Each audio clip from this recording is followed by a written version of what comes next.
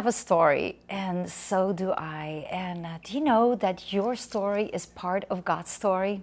And that the outcome of that story is basically you have quite a bit of control on it because God has given you a free will. So He will not force you what to do. But when you go His way, you notice it goes so much better. There's a Bible verse in the Bible that says, John 10:10, the thief came to steal.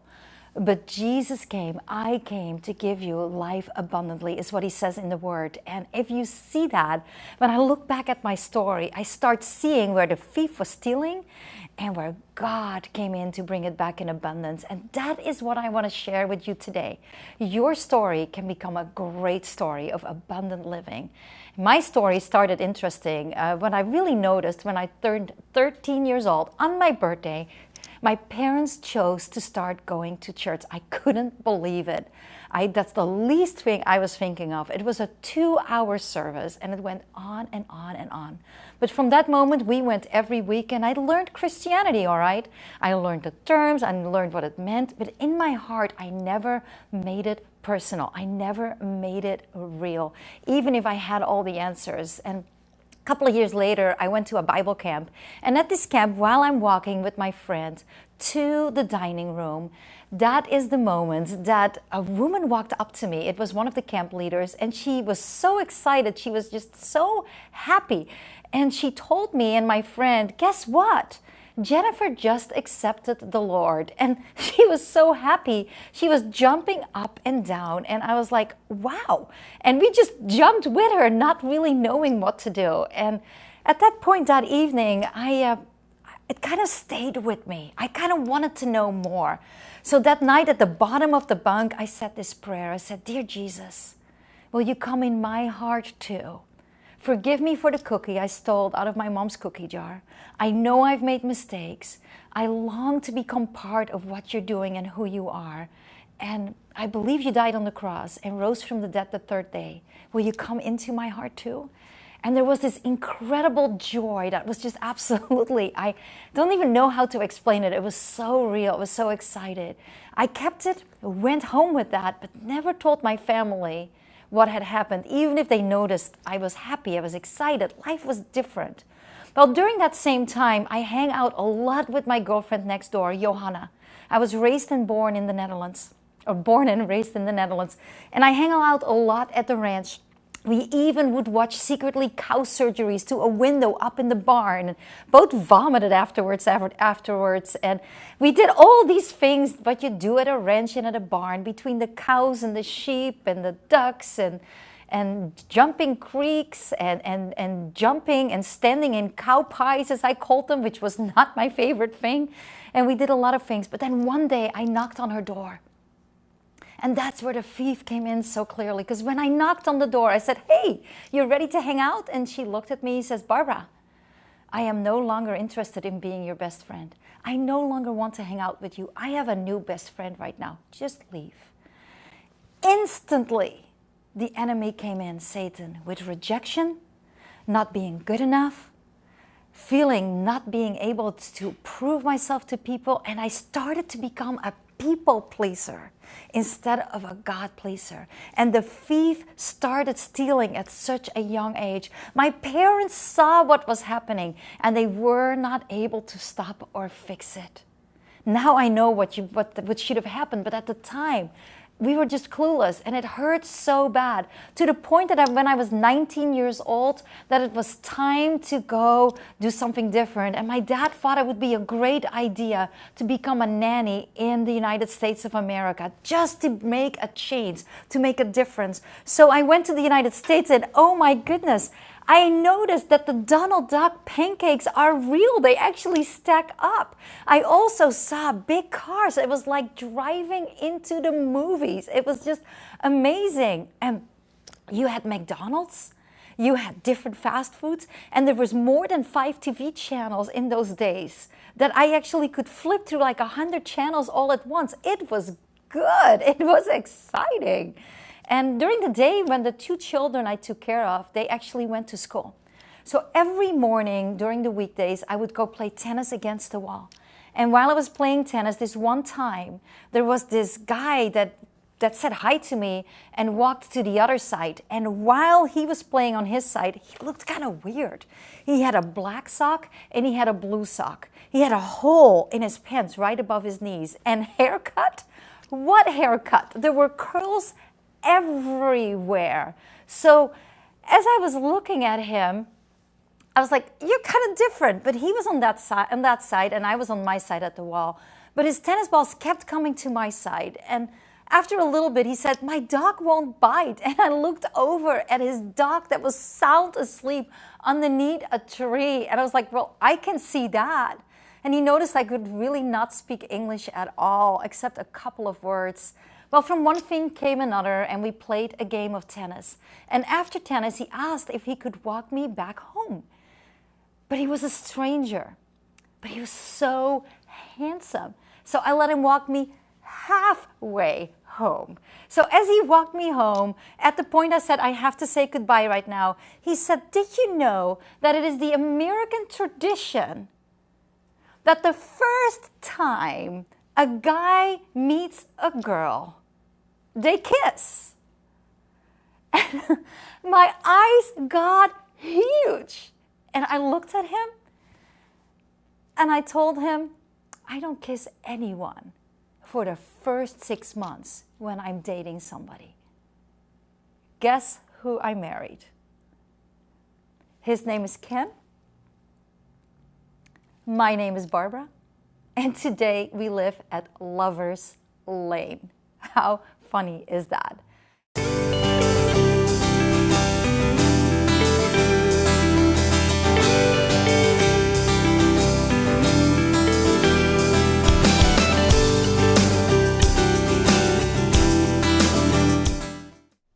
Thank you for joining us for another episode of Barb TV, where there's no phony baloney Christianity here. Just authentic stories of real lives transformed with a personal relationship with Jesus Christ. Join us each week as Barb has another guest who shares their testimony about what their life is like now and where it began. Follow us on Facebook at www.facebook.com/BarbTV. Would you like to feel empowered by God? I just learned that recently. And to start being in the presence of the Lord, to get to know Him, whom He is, and for Him to really start showing Himself to you, is all about being in His presence. We want to help you. We want to teach you what God has taught us that He wants to teach you. We're doing events, we're doing classes, we're doing podcasts, and we want to help you. Go to barbtv.org. We'll help you.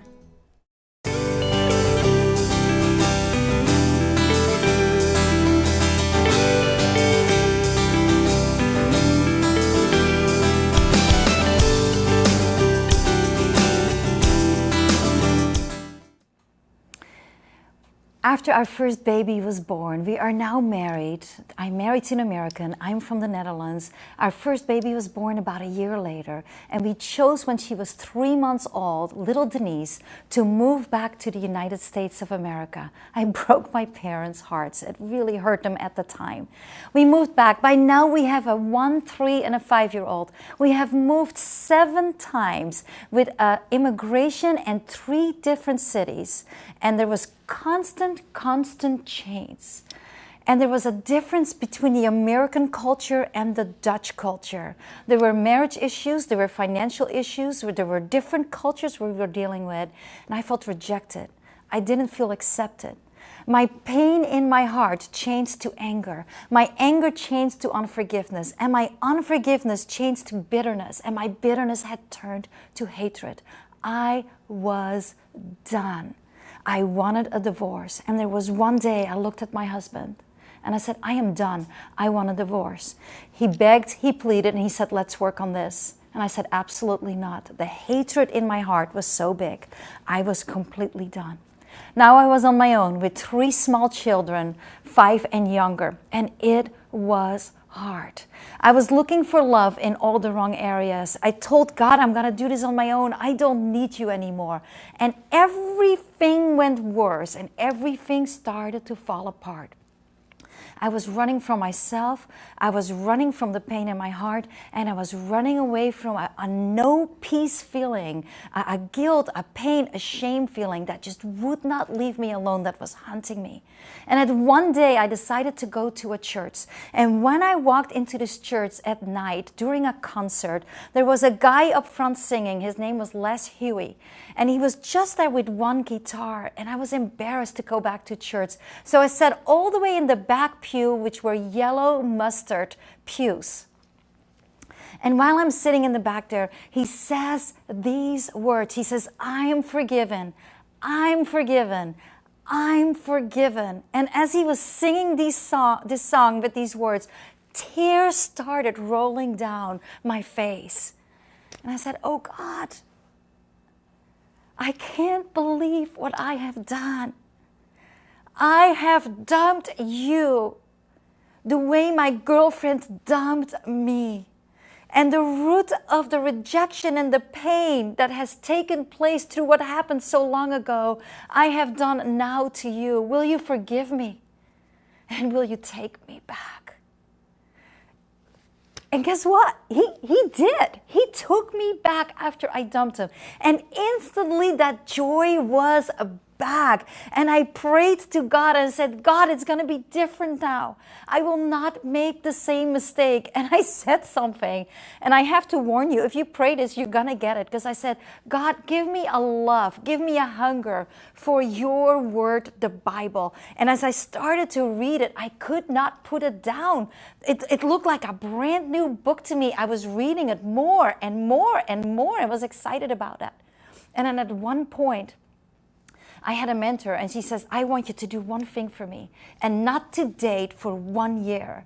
And I agreed to do that so I could get healed within myself. And at that point, during that process, we were now about divorced almost 2 years. There were these people that coming in and tell me, they said, he has changed, he is different. He's an incredible, wonderful man. And you know what I did? I told them, get out, leave me alone. I have no interest in you. I even kicked a pastor out of my house. I said, leave me alone. But God was working and the people were praying. And at one day I went on my knees and I prayed to God and I said, God, now excuse my language right now, but that is what I said at the time. And I said, God, if you want me back with that jerk, you make me fall back in love with him again, because I will not do it. I will not volunteer. But if it is your will, you make it happen. And he kept coming in, my ex, and bringing the kids back from children's visitation. And it went back and forward. And he kept trying, and he bought me flowers and things, and nothing worked till the point he stopped trying altogether. But then one day he came. And he said, here. And as he handed me this object that is this big and this wide, it was white and it had little squares in it and it had light blue handles. And he says, as he handed it to me, I already had attitude with him. I said, what? You know, we can have that attitude because it is rooted in our heart. And that attitude was already that. And at that moment, the children were rushing by my legs inside the door. And here is my ex-husband, Ken, standing outside. And he hands me something. And I looked at it. And that was it, folks. That was the moment. Because he handed me a white laundry basket. And inside the laundry basket was clean laundry, folded, neatly put together, the clothing that came back from the children after the children visitation, washed, dried, and clean. And that was my God-given sign that I had an incredible ex-husband standing in front of me. That was an incredible, handsome, caring man. And that's the moment I realized he was so handsome. He was a great guy. And there was so much work to do in here. He had changed, but I had not. And work needed to be done. We started dating. We started doing things together. He was so cool. He was such a great guy. But there was the fear inside of me. Was this real? Was this truthful? And while we were started to date, we got to know each other all again. And when we were dating, at one point, he went on one knee and he looked at me. He says, Barbara, will you marry me again? And there was this fear. Is this all real? Will this last? That I told him I had to think about it. And 3 weeks later, as we kept dating, and the kids were so excited, they were now 3, 5, and 7. They were just thrilled about it. They were drawing pictures about marriages and all kinds of things. But 3 weeks later, I said to him, yes, Ken, I will marry you again. And he said, let's get married tomorrow. And I went to the accountant and said, what does it look like if we get married tomorrow? And she said, not good. Financially, that is not good. You need to wait. You need to wait till next year. So I told Ken I could not marry him that year, but would be glad to marry the following year, which was only months away anyways. And he said, can I pick the date? And I said, sure. Now, which date do you think he picked? You got that. January 1st, 1996, we remarried. Our son Jordan was best man at the age of 5. Our daughter Denise at the age of 7 was flower girl and maid of honor. And our little son Pete, now 3 years old, was ring bearer who did not give us the rings the moment we needed them. But as you know, second marriages are not proven to hold usually. Stay tuned. I'll tell you what happened next.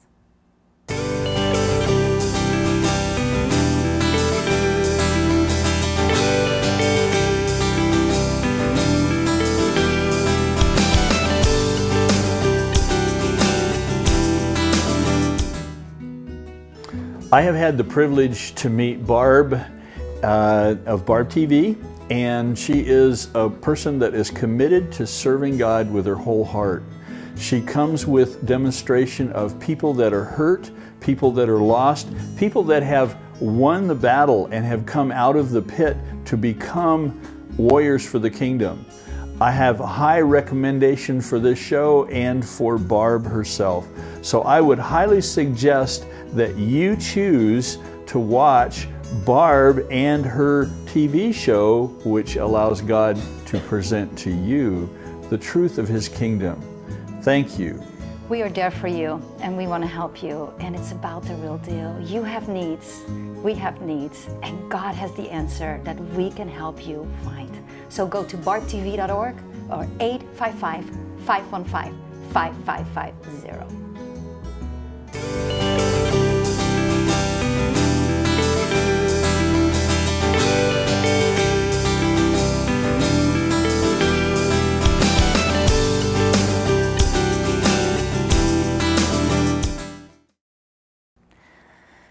Well, as you know, most marriages struggle when they remarried. Each marriage gets a bigger challenge, the second, the third, the fourth, wherever you're at. But that started with us that way too. The beginning was great, of course, like every honeymoon is wonderful, but then the real marriage starts. We were fighting, we were arguing, there were issues again because there was no counseling afterwards. There was no help afterwards. We didn't even think to ask for it. So as that happened, my best friend that was replaced with my first best friend who really flared up. It was there during the first marriage, it was there during the divorce, and it really was there during the second marriage at this time. And while that became more and more, health issues started to pop up. I would faint and it looked like I had some kind of seizures. I constantly ended up in the emergency room. There was something wrong. The shaking, the dizziness, the lightheadedness. I got extremely, very, very thin. And the emergency room kept looking in my mouth saying, "You are a bulimic." And I kept telling them, "No, I'm not." Full denial. The emergency room sent me to the doctor. The doctor sent me to the dietitian, and the dietitian sent me to a counselor. I walked into the counselor and she said, "Hi, how can I help you?" And I told her, "You can't. There is no reason for me to be here." And then when we started going through things and working through things, there was nothing they could do because I said there was no problem. The dietitian said, "What is your diet?" I said, 8, 9 espresso a day, 20, 30 cookies a day. You know, it's good. I'm cool. And people thought I was on speed. I was on drugs because it looked so shaky and uneven. And during that time, I turned to God. And there is a Bible sentence, a Bible verse in the book that really, really helped me. But when I prayed that, I had no idea what was coming, because this is what it said. In Psalm 139, verse 23 and 24, it says this: "Search me, O God, and know my heart. Try me and know my anxious thoughts, and see if there be any hurtful way in me, and lead me in the everlasting way." I gave God permission to show me what was wrong. And He showed me over and over and over again, but I did not want to receive it. During that time, I learned to start to love my husband and to start to care and to let go. I learned that I was responsible for me, and I kept beating myself up, trying to deal with the issues. And then at one point, I went to the big Arco of Arena, where there was a big Woman of Faith conference. And during the lunch hour, I saw a book, 12-step workbook, Christ-centered, conquering eating disorders. I bought it. I bought it to prove to my friends, my doctor, my dietitian, and anybody in the family, I was going to prove them how wrong they were about me. I was going to educate me to teach them they were wrong. Then I started reading the book. In the book, there were 30 symptoms.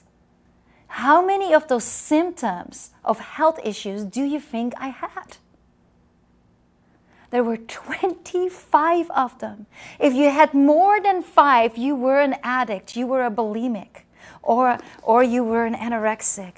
I was a bulimic and an anorexic.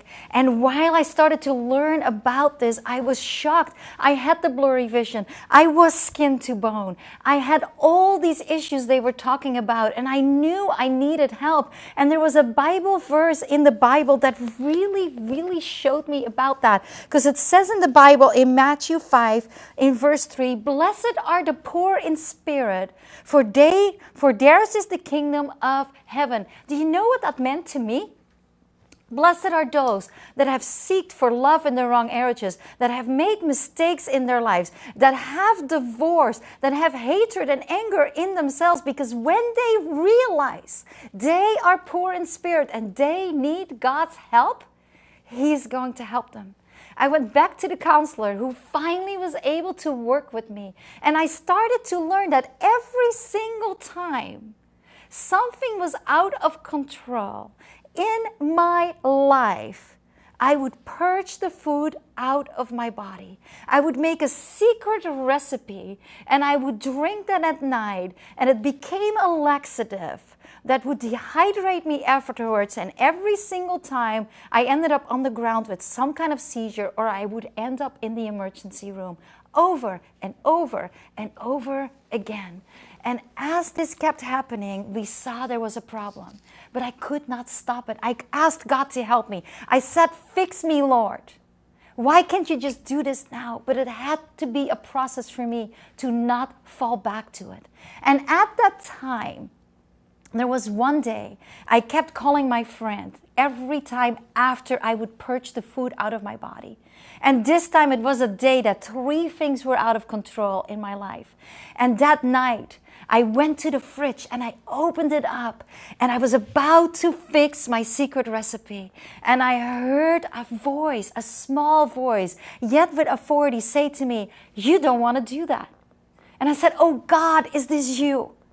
Because yes, I do want to do this. Have you seen what my day was like? And the small voice said, "Call Mary right now." And I argued. I said, "I don't want to call Mary. I am not going to call Mary. She's going to tell me not what to do." But it was so strong that I went and called Mary, hoping she would not be home. But if God is in it, she is going to be home. And while I went to my book and called her, I asked her, "Will you help me?" And what she said was disappointing. She says, "Barbara, I am not coming to fix you. You need to make a choice. Who is your God? Bulimia or God Almighty? Who do you choose to serve?" And that night, as I started to read my Bible, I read the following. It says in Philippians 4:13, with tears falling down, dripping with the anxiety high, it says, "I can do all things through Christ who strengthens me." And at that point, That was a first victory in a long time. Life got better. My health got better. I gained 25 pounds, which were needed to be gained, and felt great. But at one point in the midst of that, I went back to the counselor and told her, I can't believe it, but I have relapsed. And she said something I have never forgotten. Because she said, Barbara, how long did it take you the first time to tell me this? And I told her 17 years. And she said, how long did it take you the second time? And I told her 3 weeks. She says, Barbara, congratulations. You have improved tremendously. Excitement, joy. I was not so bad after all. We're instantly back. And today I sit in front of you and I have been clean for 18 years. And the joy in my heart when the root was taken out has changed tremendously. And what God has done for me, a great marriage today, He fixed it all, and a great life, free from an addiction, He wants to do for you. So will you call me so I can pray with you and encourage you? 855-515-5550, or go to our website, barbtv.org. God loved me. God loves you, and He wants you to be part of His story. Have a great day.